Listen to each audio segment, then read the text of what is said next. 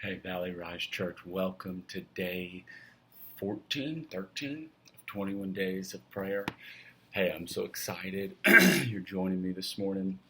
I'm in Jasper, Texas. I preached at a youth camp last night here, and it was amazing watching God do things in students' lives. It was amazing watching young kids react to spending time with God, to the presence of God. And here's what I told them.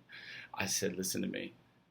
Who you are now is who you will be when you're 20, 30, 40, just in a bigger body. Because it's what all of us have found out. Things don't change the older you get. I just get bigger. But I said the goal is to learn how to get close to Jesus now so that you're still getting close to Jesus then. And I think for us, it's really the same idea. Hey, if we will continue to get close to Jesus now, then when life gets difficult and hard and frustrating, we're going to be close to Jesus in those times as well. If we're close to him in the peace, we'll know how to gain access to him in the chaos. And I believe that as we do this, these 21 days, that this is how we practice the presence of God. It's how we train our bodies, our minds to get up in the morning and first set our hearts on God. We have to be trained to do that. We have to make ourselves do that. Your body is a fallen body in a sinful world that is not naturally going to want to discipline itself, restrain itself, stop itself from indulging in anything it wants. We have to train our bodies to live the way we want to live. I was reading in Ephesians today and read this, and this is what I want to talk to you about this morning. Really, it's along the same lines. Paul tells us, but don't let the passion of your emotions lead you to sin. Don't let anger control you or be fuel for revenge, not even for a day. Don't let the passion of your emotions lead you to sin.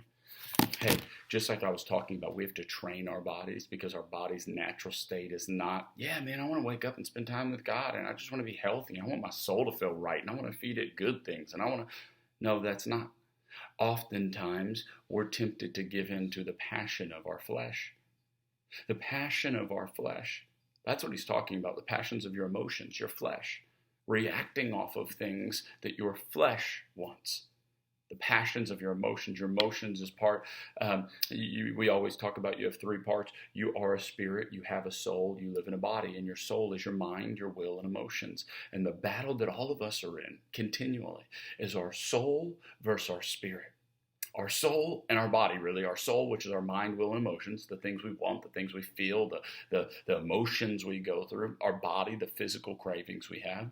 Battling my spirit, which is always going, hey, don't overindulge in that. Hey, that's not good for you. Hey, don't eat that. Hey, don't look at that. Hey, don't touch that.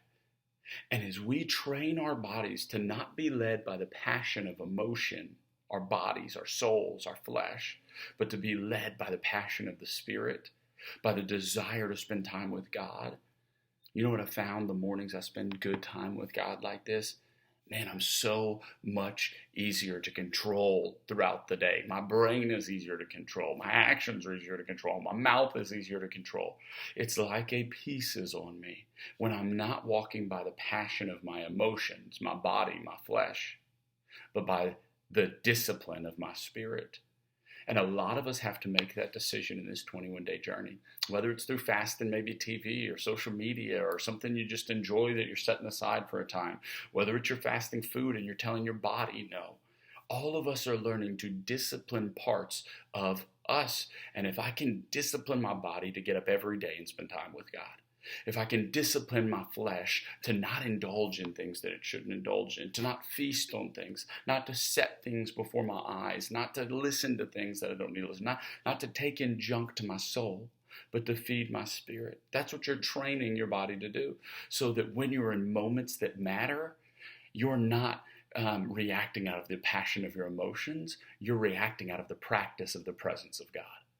And the goal of Christianity is to learn to live out of the practice of the presence of God, what you're doing right now. Waking up, spending time with him, practicing getting close to him. And maybe day 1 was difficult for you, but I hope by day 13, 14, 15, 16, 17, that you're passionate about it, that you're excited about it, that you're getting in his presence quicker, that you're feeling him speak to you quicker, that it's making sense to you, that you're getting some breakthroughs. And as you do that, you're practicing the presence of God versus living out of the passion of our emotions. Hey, the world likes to live out of the passion of its emotions. When they're happy, they're happy. When they're sad, they're sad. But you know what I live by? I don't live by happy or sad. I live by joy and peace. I live by patience and goodness, kindness, self-control. That means I can be sad and have joy in my heart. That means I can be in chaos and still have peace inside. Because I'm not living out of my soul, I'm living out of my spirit. Hey, today I want to encourage you. There may be some parts of your flesh you've been battling with. Things that you go, God, I've been living out of the passion of my emotions with this. Maybe it's a relationship, maybe it's a habit, maybe it can be anything. But you've been living out of the passion of your emotions in it.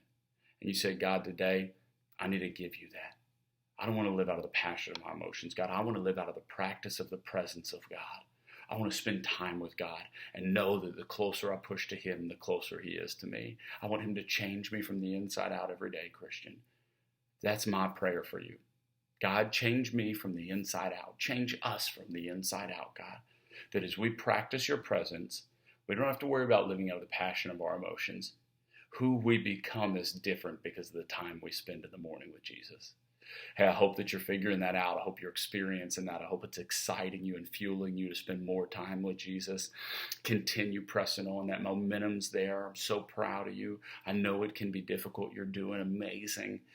Can't wait to see you tomorrow for day 14 of 21 days of prayer. If it's not and it's 15, forgive me. Love you. Go and pray for you. Spend the next 45 minutes praying and giving all those areas to Jesus. I love you. I'll see you tomorrow morning at 6 a.m.